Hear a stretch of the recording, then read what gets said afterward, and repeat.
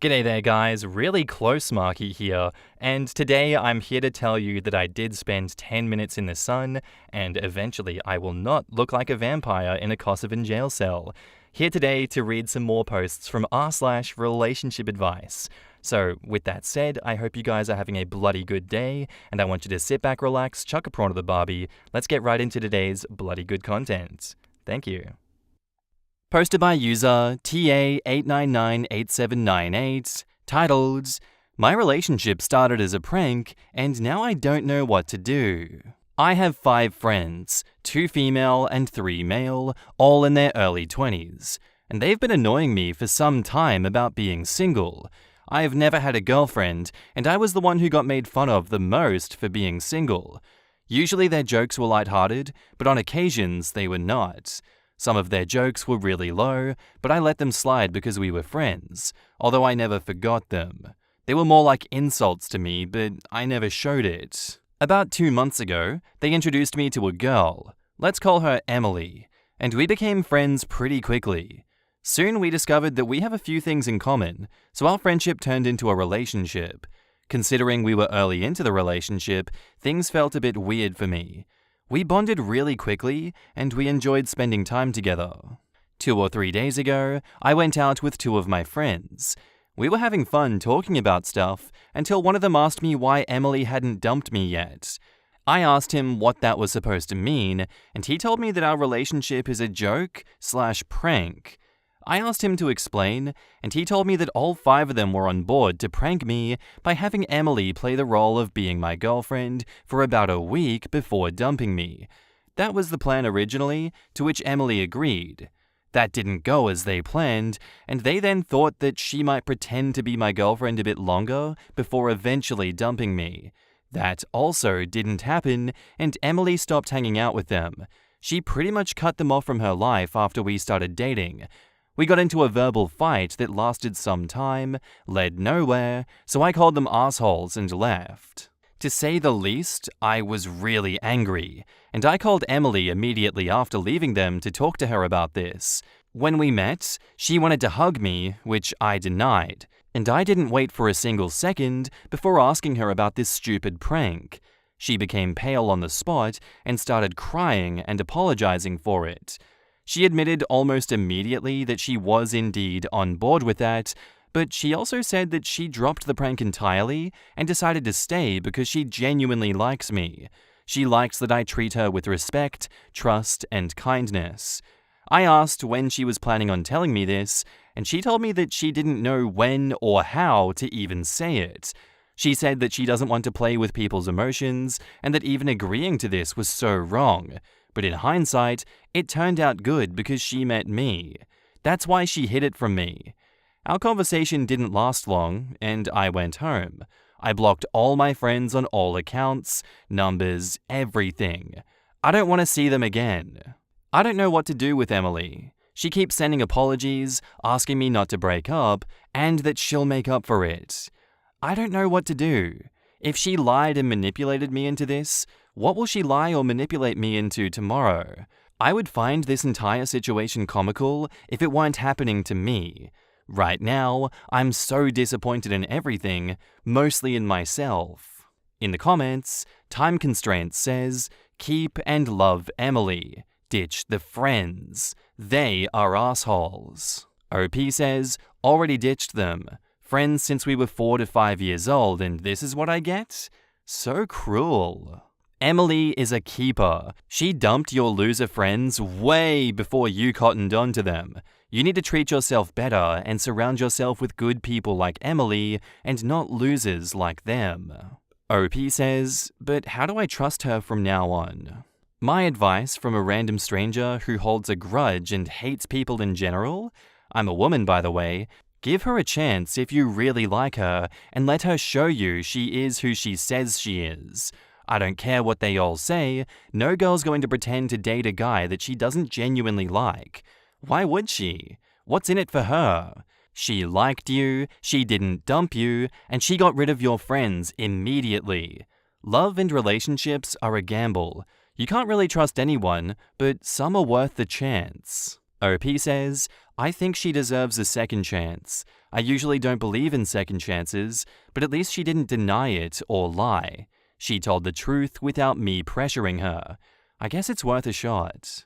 Bella Zale says, I mean, I would definitely dump the friends for good, but now that everything is out, I'd be willing to at least try with Emily and see what happens. Considering she completely cut off the friends, I can actually believe that she was having a hard time telling the truth because she actually wants to be with you. That's not out of the ballpark here, so trying a fresh start could be good. That being said, I wouldn't blame you for walking away either. It's all awful.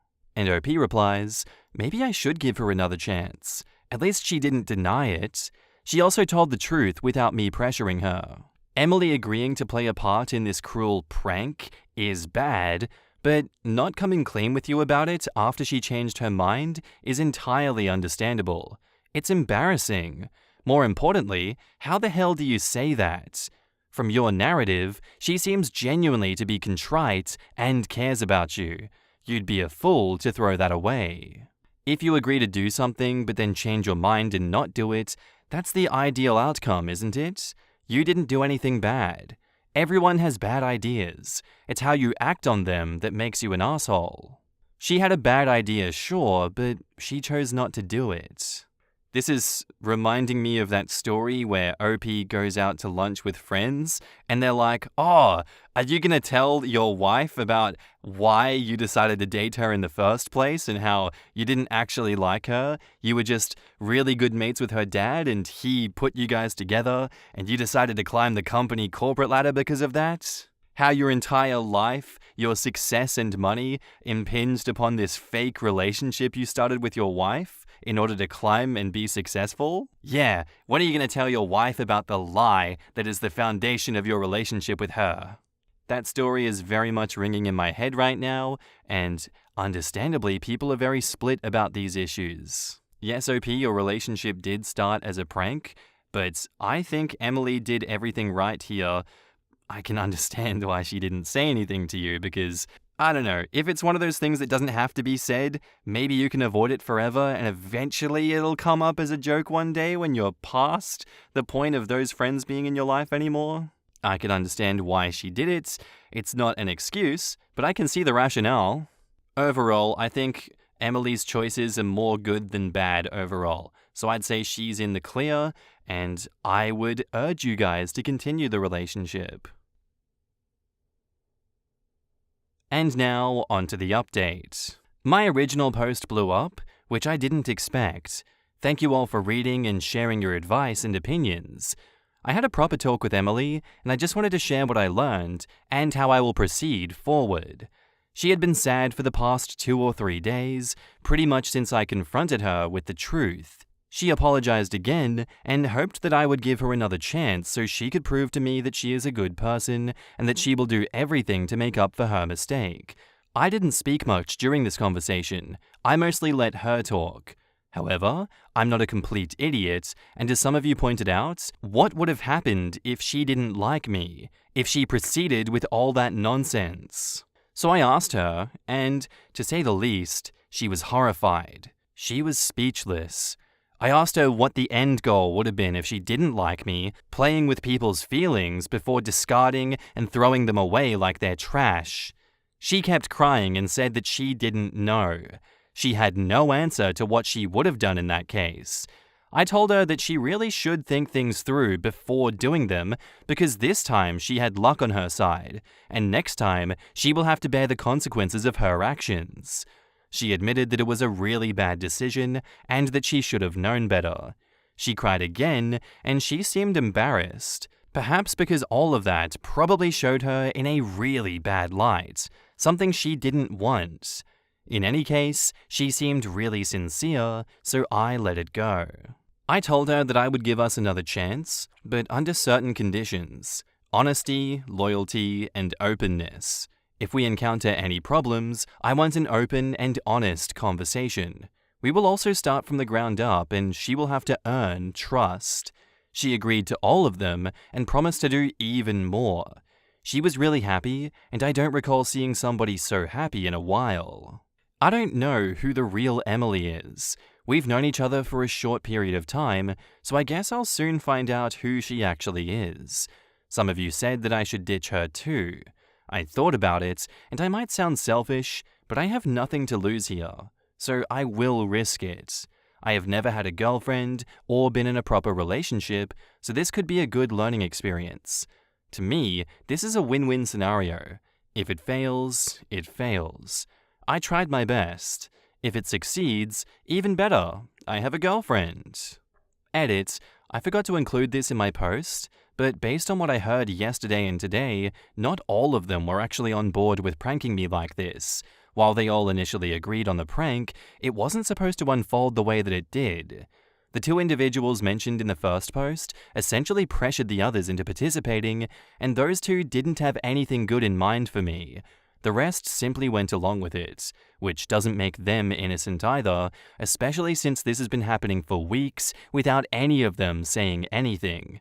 Now they're basically shifting the blame to each other just to make themselves look better. In the comments, Golden Hind 124 says, I'm curious, but what is her relationship with your former friends? What's her plan with them?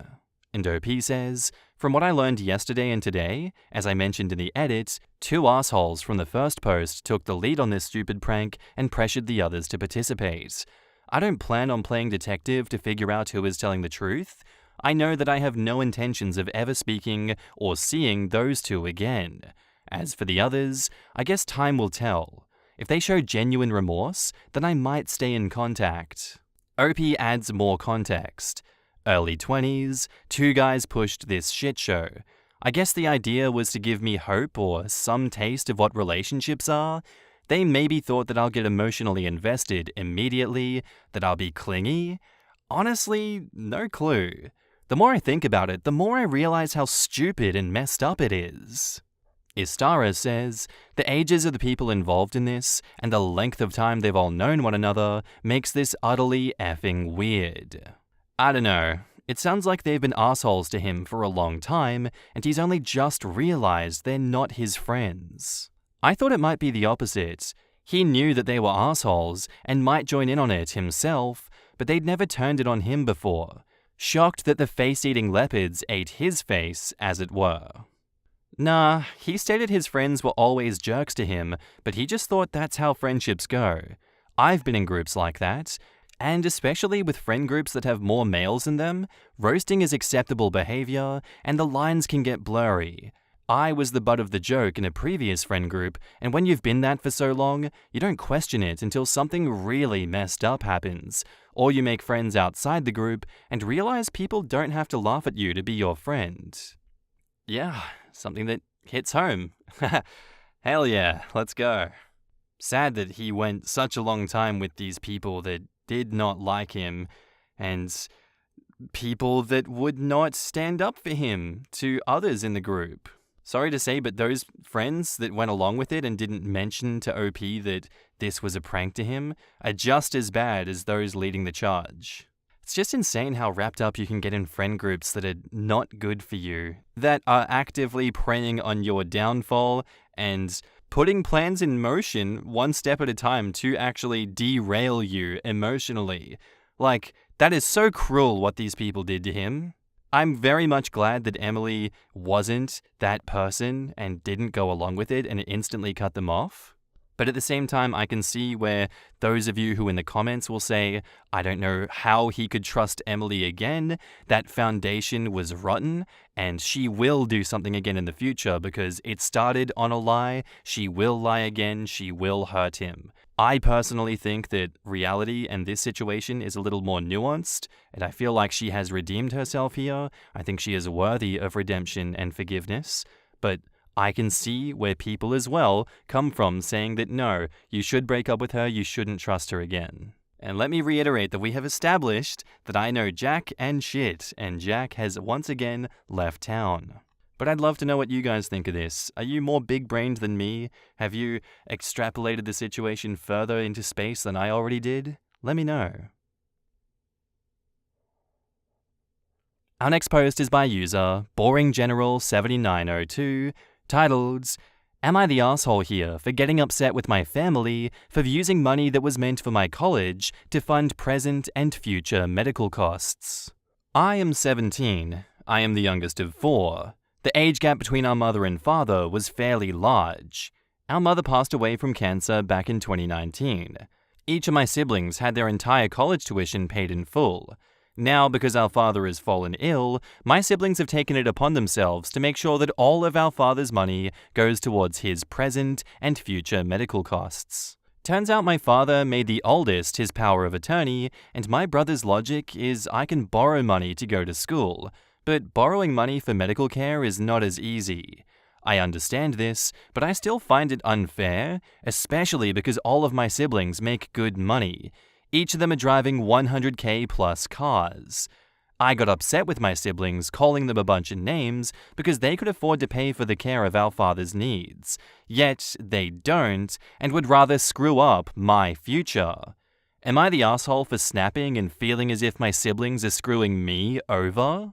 Edit, for clarity, the money is not part of a college fund or anything like that. It was just money that was saved and set aside for me. Each of us also had the same amount, 150k. Their 150k did go much farther being older and college being much cheaper, but that's a different topic. In the comments, your dad can revoke the power of attorney. And OP says, don't think he can since it is a springing POA, whatever that means, the way my dad explained it to me. It appears that he did try. Our old man has a bunch of medical issues, but due to a traumatic brain injury, he was diagnosed with mild cognitive impairment. I have spoken to them with our dad present, and our dad told them he would want to use the money for my college. But they said that it's not in his best interest because then he will have less to fund his own medical costs. It appears as a power of attorney, it is his duty to do what is in the best interest of our father, and covering medical costs appears to trump paying for my college, even if that is what he wishes. You could try a lawyer. OP says, yeah, my old man spoke with a lawyer when he found out what they were doing, and he was told roughly trying to revoke it would be rough, especially when the one appointed is doing what is in the best interest of my father. Edit, I know not much can be done. I don't know, I probably just made the post for some level of validation that I'm not a complete and total asshole for how I feel. Sadly, he did speak with a lawyer about this, and the lawyer said that my brother could fight it because unfortunately the choice to take money away from his own care to give to me for college could be argued to not be in his best interest and does a lack of understanding about his condition. The fact it is already active makes it hard to revoke it without good cause. Selling a car is objectively easier than a loan. OP says, I brought this up, but they just brushed it off saying that our father should use his money to fund his medical costs for as long as possible. I get the mindset, but why go against what our father wished? He wants to use the money to cover my college education. They took that away from him and myself, all because they do not want to use their own money to cover our dad's medical costs. They can show how magnanimous they are with their wallets. And OP says, I doubt they'll do that. They'll just throw it back in my face who will fund our dad's care. I don't know why not, you guys. It's not like you're poor. I'll just be called selfish and told that I can borrow money for school. They cannot borrow towards for their own retirement, and our dad cannot borrow for his medical expenses when he has no way to pay it back. We'll most likely never speak to these Fs again. Well, you can do community college and then transfer. And OP says, true, I did get into some good schools. I am a year ahead, but I can take 1 year off to figure out my next steps. I'll speak with our college advisor and see what's up.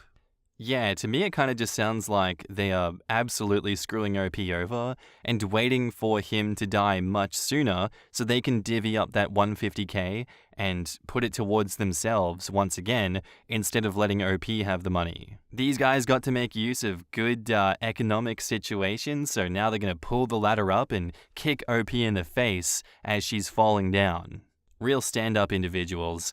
You know, when it comes to the death of a family member, people become absolute pieces of shit, and these people are no exceptions. They are cold, heartless assholes. The death of a family member makes people into absolute demons with no care for anyone else. It's so sad that the coming death of a family member, dad's not even dead yet, has already caused them to team up and come out of the woodwork as the absolute devils they are.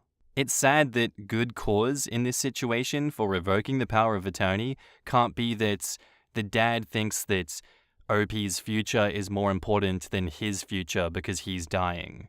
I feel like that's good cause enough, but I'm not a lawyer.